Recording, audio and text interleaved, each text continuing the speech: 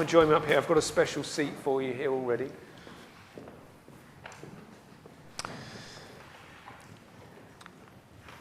Now, we were wondering the best way to get to know Mike, and there's so many different ways. I thought we'd start with a game called Two Truths, One Lie. Have you come across that game?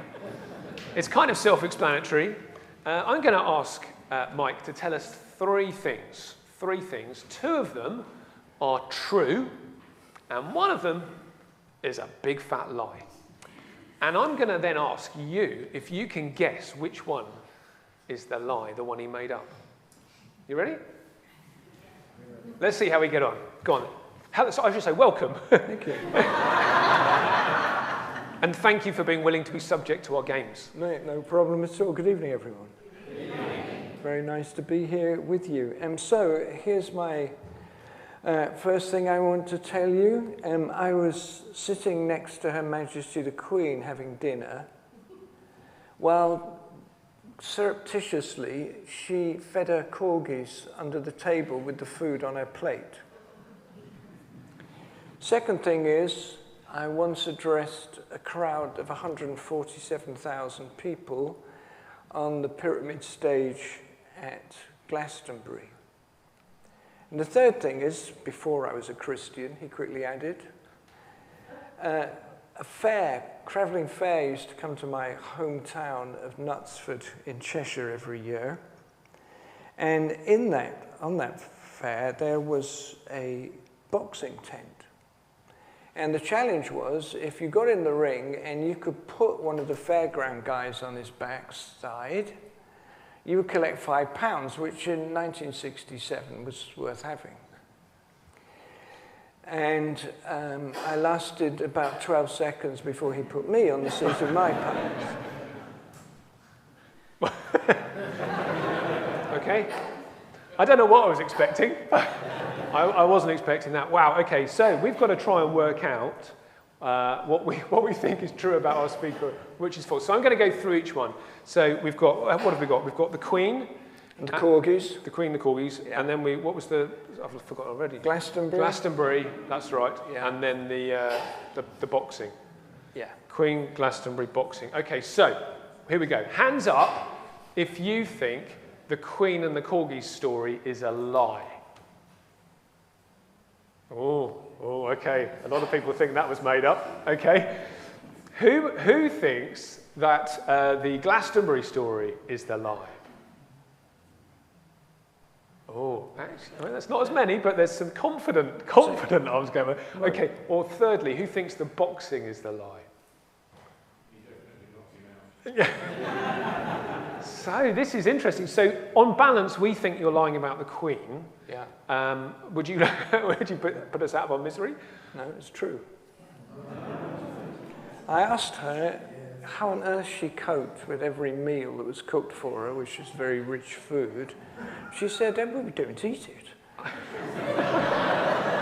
She said, we just play about with it. And then there's like, this was, so I had this great privilege of being invited to be a chaplain at a house party that the Queen had invited her horse racing friends to. What I know about horse racing, you could write in capital letters on a postage stamp. However, I became an expert for the weekend, obviously. So it was dinner on the Saturday night, which was a very formal affair, white tie and very smart. And that's what she did. She fed the corgis. Well, so go on then. Which was the lie? The boxing story. Boxing story. Yeah, I caught him first punch. Okay, yeah. I'm just going to move this way. So the key question in that story is, so you got your £5, and the answer is, I went round the back of the tent to collect my £5, and 3 of the fairground guys beat the living daylights out of me. Oh, so it didn't end well. It didn't end well. No, okay. Oh, well, we're delighted that you can be with us. Tell us a little bit about yourself. How about your family? So I'm married to Anthea, who is babysitting with one of our 15 grandchildren this evening. I have 5 children, 4 girls and a son, and my son was right in the middle of the pack and could not wait to leave home. And so my wife was a palliative care nurse. My daughter is a matron. One of them is a pastoral care person in a school in Bristol. My son is in the music business. My fourth daughter just married a rich guy and hangs out. And my last daughter is married to a vicar who is doing an HTB church plant in Bognor Regis. So my wife and all 5 of my kids are born-again Christians and serving Christ in their local churches wherever they are. How encouraging, yeah. So lovely to hear a bit about faith and your faith and how that came about. Well, it's a real before and after story for me. Before I was a Christian, I was a total moron and involved in all kinds of unpleasant ventures, if I could put it like that, which involved crime and violence. And I came to the conclusion, I've met a lot of guys in prison who didn't come from a privileged background like I did. I've come to the conclusion that a middle-class moron is the worst sort. And partly because, you know, you've got some good brains in the gang who plan outrageous things. So I lived in this town, Knutsford in Cheshire, and my mum was converted largely by the steady pastoral care of our vicar after my granny died. And my father, people said of my dad that the softest part of him was his teeth. And he was a hard fella, and I tried to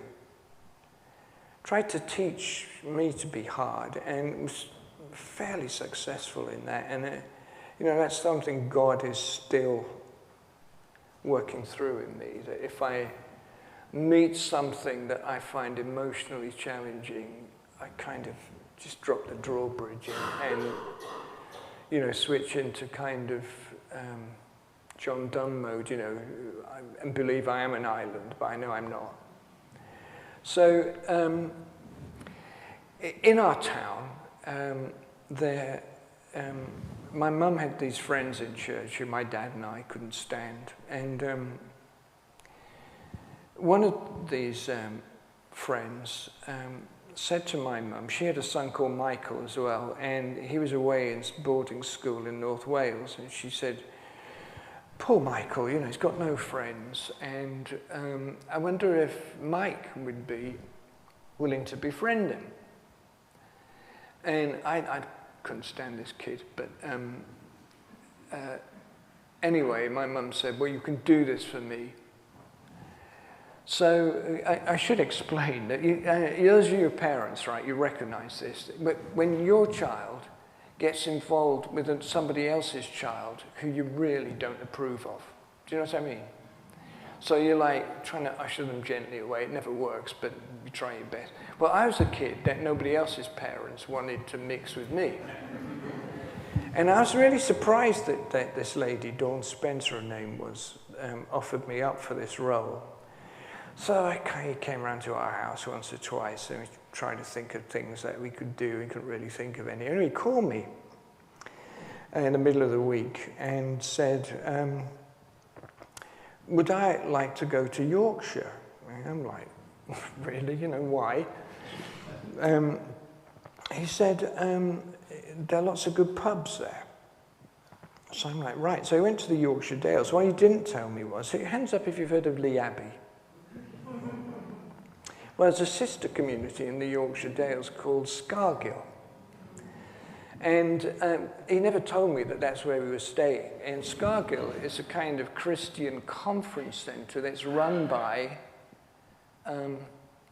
a community of lay Christians. They don't go around in habits and stuff like that. They just like dress normally, well, nearly normally. And so we stayed there, and I'd never really met Christians apart from my mum. I And I couldn't work out, but the truth of it was that the flip side of my life at that time was that I had somehow invented a life for myself which I truly hated, and I had no idea how to get out of it. Couldn't see a way. So I went to Scargill Place, and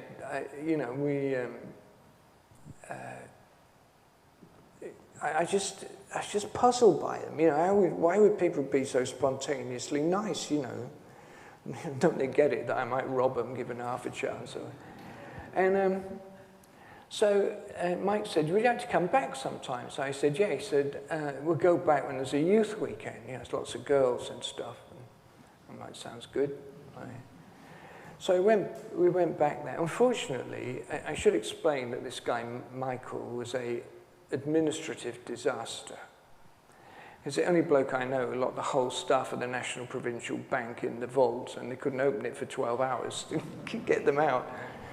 And he had booked the wrong weekend, and it was Batley Methodist Church's church weekend, a bit like this.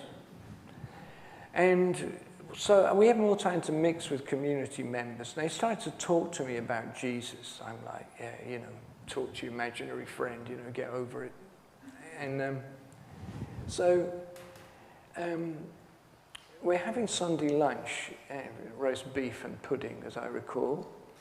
And the minister from Batley Methodist Church comes up and says, "Would you like to come to our final service?" I was just about to say, you know, would I like to disembowel myself? When my friend leapt in and said, "Yeah, we'd love to." So I end up in a church service. I haven't been in a church service since I was baptized at the age of 3 months. And they're singing all these weird songs and stuff, and I'm sitting there thinking, you know, can they get a shove on here, you know? Football kicks off at 4, and the guy got up to preach, and he took a verse I refer to tomorrow briefly, Ephesians 2, verses 8 and 9. It says, "By grace you have been saved by faith. This is so none of you can boast. And you've been saved to do the good works that God has prepared for you in advance to do." And he started to talk about, in Jesus, you really can have a new start. I'm like, you know what, I really need this. And then he said, at the end of his talk, I mean, goodness knows what he thought of his own congregation, because he was preaching to them, you know, you might hope 1 or 2 of them were Christians. Well, he said, if you want a new start, I'm going to invite you to stand up. I'm like, not now, not ever, matey. And next minute, I was standing up. And I was taken to this back room and prayed with, and, you know, given a little card. I can't remember what the date was now. I lost it years ago. Saying I'd given my life to Christ. And then he gave me some advice I really didn't want to hear, but I know was the most important piece of advice he gave me. He said, "You've got to go to your local church." I'm like, sorry, this just reflects, you know, who an unregenerate mind thinking. I'm like, why would I do that? And he said, they're all women and sad guys, and, you know. He said, unless you get church fellowship, unless you get into a group of people who pray for you and who will rebuke you and do all the things that's going to be necessary for you. He said, the spark of faith which God has lit in your soul this afternoon will go out. That was stunningly good advice. And I mean, I really struggle with it. I could, you know, our church services were so awful. I mean,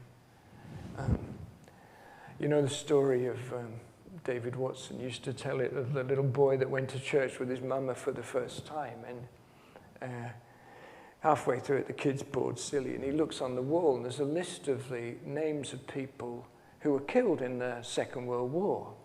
So he says to his mummy, "Mummy, what are all those names?" And without thinking, she said, "Oh, those are all the people who died in the services.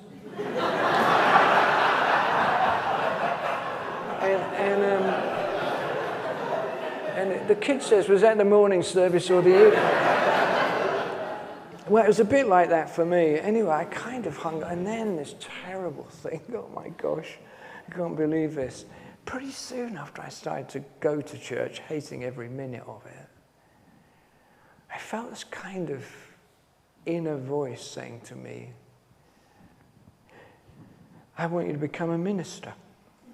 I put it off for 10 years or so, and finally waved the white flag. But it was so weird to go from no church to, when I say full-on church, I can't say I became a full-on Christian really for, such a lot in my life that needed to change. My attitude to women, my attitude to other people, my attitude to honesty, all these things needed to be seriously repaired in me. And, a lot of that's happened, and a lot of that's a work in progress, I guess, like it is with most of you. Still got stuff that trips you up. And so, but the first time I went to church, our old vicar, Ram Harris, his name was, and I went to this communion. I saw it on the outside of the church. It said 8 o'clock Holy Communion, 11 a.m. matins, as I read it. I'm like, that sounds good, but maybe I'm not ready for that yet. And then 6:30 evensong. So I went to, this wasn't an evangelical church. It was just, church of, to quote Thomas Hardy, of Laodicean neutrality. And so I go through this communion set. I went at 8 o'clock in the morning. I thought I'd get it over with, So I went and sat through this service, meaningless to me. And then, do you know what? I think we can forget. If you've never been into a church and you come into a church, having never been to one, it is truly weird, right? It's the only place on the planet where women I've never met in my life try and hug me on the way in, Fair play. At the end of the service, I remembered the guy that led me to Christ said, you've got to go and tell your minister you're a Christian, right? And I was known in our town for all the wrong reasons. So I went in, and he's sitting at the desk in his, kit, writing in the service book. And he looks up, he's like, here's one for the pastoral team. What do you want? I said, I come to tell you that I've become a Christian. He drops his pen, he goes, oh my God. And I said, pardon? He said, well, how's that happen? Oh, and at the same time, he pushed the collection plate a little. Like, I'd rob him for £5 or something. Anyway, so he said to me two things. One thing is, you have got to, you come back next week and you can be a server. I don't know what a server was. I didn't say it, but I got close to it saying to which I'd bring a racket, or do you supply them? And he said, and read the Bible. So I go home and get our family Bible out, start to read in it, Genesis chapter 1.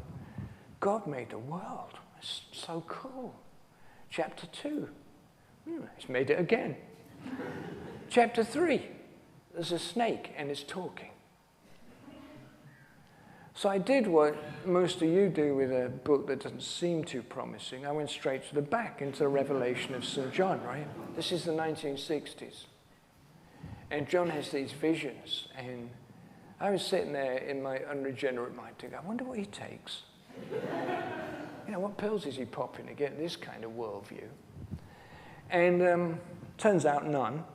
And so I got as far as chapter 5, and I read these words.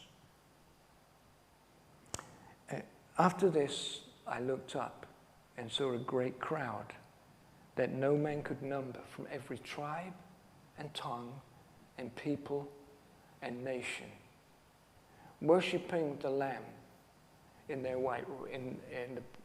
worshipping the Lamb in their white robes. And in a moment, I knew what my life's work would be. And in my childish Christian mind, I thought, when I get to heaven, I want to recognize some faces of people who my life has touched for the sake of Christ and his church. And I've never given up on that vision. And I don't think I ever will. But I think, now I've met a lot more Christians. I meet loads of them. You might be one, and this is absolutely no criticism at all. It may be that, God's either not put the right people or experiences in front of you yet. But it doesn't matter how old you are. I listened to an evangelist recently telling us about his granny, and she was in an old folks' home, and sitting in one of those big wingback chairs, staring at the telly all day long. And she woke up one moment, and God said, "Why are you doing this?" She said, "Well, it's what old people do." He said, No. You will get up and you will leave this home and you will become an evangelist for me. This woman is 89. So she comes out of the old folks' home, sets herself up as evangelist, lived till she was 98, and she led many elderly people in homes to Christ. Doesn't matter how old you are, but listen, I consider myself fortunate because I got my life's mission almost within a fortnight of being converted. Some of you don't know what your life's work is going to be yet. How exciting is that? You're sitting there thinking, how depressing. And it's how exciting is that? This could be your moment this weekend. And God loves to grab you in the moment and shake you out of your complacency to become the person that he wants you to be. Well, that's my story. And I'm sorry it took 4.5 hours to tell it. And there's a lot more too, but I'll stop there. Well, no, it's just fascinating and really encouraging to hear how God had been at work in your life. I mean, we've all got stories that we could share. It'll be interesting to see if anybody's got any questions that they would like to ask. Maybe picking up on something that Mike said, or maybe taking us in a whole different direction. Let me just anticipate a question. It was a left hook. Glad you cleared that one up. Is there anybody here who'd like to ask a question? It's a great way to kill a meeting. It really is. Great, here we go. Audrey's going to kick us off. I wonder what the response of your father was when all this happened in your life. Oh my goodness. My father was basically disgusted. And my family were very gifted entrepreneurs. My father invented mail order selling, this big catalogue stuff, and, people who can't afford to pay for something straight out can pay. He invented that. Sir Isaac Wilson would say, I put the money up, your dad invented it. My mother owned 36 gown shops when I was born, which a gown shop, I think, is the modern equivalent of boutique. And the expectation was that, basically, nobody was concerned in our house about whether you got a good degree or anything like that. It was more like, unless you own 3 businesses, by the time you're 25, you're some kind of wuss. And so I had a reasonably brief but reasonably successful businesses in the aircraft industry, in the printing industry, in the clothing industry, and finally in like what they would call venture capital today. Meeting with, had some guys in the company who all made some money, and we were finding businesses with a good idea to capitalize. But my dad was disgusted. I went in he had like an office in our house. I went into it. I can't tell you exactly what he said because we're in church, but so I told him, well, he knew I'd become a Christian, and we never really talked very much after that. And I went in to tell him that I was giving up my businesses and going to train for ordination. He just looked at me and said, shook his head, he goes, you know what? He said, I hope you fail spectacularly. As far as I'm concerned, you don't exist anymore. And then he said something else, which I won't repeat, but it ends in off. And I mean, that was, that was hard. And then, I got married, and the good thing was he liked Anthea. And when I took her home the first time round, I'd only been dating her for about 3 months, and my dad says after we've had lunch together, Sunday lunch, big deal, said, let's go for a walk. They had this big house with tennis courts and goodness knows. So we walk around. He said, when are you going to marry that girl? I said, what do you mean? He said, when are you going to marry her? I said, well, I've been going out with her for 3 months. This is a world record for me already, Dad. He said, I would marry her if I were you. So I said, really? Any good reason for that? He said, yeah, you're no prize. And I did marry her. And we got married at Scargill, oddly enough. Yeah, so I got a lot to thank Scargill for, though I hardly ever go back. Can you believe that? So yeah, but have I got time to tell this? Amazing story. So another church friend of my mother's, whose husband was president of the Full Gospel Businessmen's Fellowship International. There's a kind of clue in the name of it. Very charismatic, renewed organization. And I think they did a lot of good work, but my mother had taken my dad a couple of times too, and he walked out within 30 seconds. I went to one meeting in Beaconsfield at one time, and the speaker comes in. He goes, oh, my life, it's horrible. My business was failing. I owed $1 million. My wife hated me. My kids hated me. Even the dog was going off me, kind of story. And then he said, and I found Christ. He said, I've now got a multi-million-pound business. My wife loves me. My kids love me. And well, you kind of think with a message like that, when he made his appeal to commitment, you'd think he'd have got killed in the rush, wouldn't you, almost? And so it's very, a lot of it I like, but it's kind of very, at least the meetings in Cheshire were quite excitable. So this friend of my mum's comes and says, John, my husband, is president of the Full Gospel Businessmen's Fellowship International. He said, and we've just discovered that the treasurer has got dementia, and he's not been able to produce any accounts for the Charity Commission for the last 4 years. Do you think Arthur, my dad, would help him out and do a deal with the commission so we can kind of draw a line under that? So my dad was very hail fellow well met. So they asked him, he said, yeah, forgetting that he would need to go to one of their meetings to present the accounts. So he gets called to this hotel at 8 o'clock in the morning. Do you remember Trust House 40s? Giving away your age. And he's in this airless room around the back of the reception. And he goes in, these guys are sitting there. My dad sits down and realizes that he's walked in on their pre-meeting prayer meeting. My dad's sitting there thinking, oh, come on, And then the speaker arrives, comes in, says, brothers, I have no idea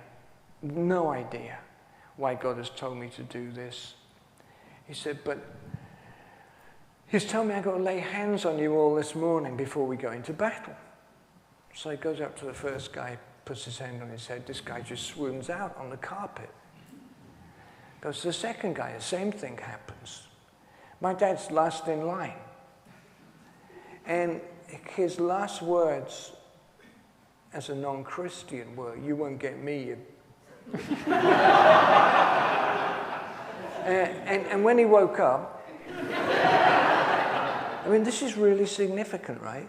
He knew that Jesus Christ was the Lord of his life, and they had to do something about that. So he spent the last 12 years of his life, he was 72 then, spent the last 12 years of his life teaching the Bible to some of, my dad was on the board of everything, ICI, GEC, all these companies, and teaching the Bible to some of British industry's big dog leaders. And you know, I don't know how much impact he had, but, you know, he's committed to that.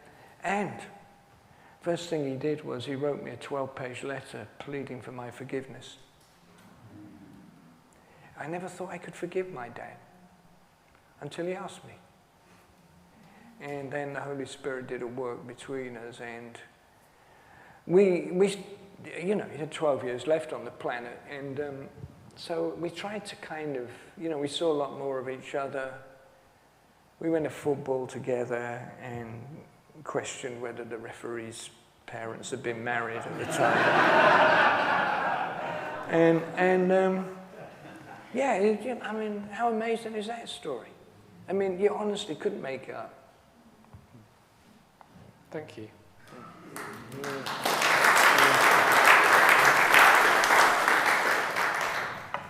It's really kind of you to give us such an insight into your life and your family and your experience, and it's a real encouragement for us. And we're all really looking forward to this weekend with you, and we're really grateful that you've carved out the time just for us, and we're really looking forward to hearing what God's got you to say to us.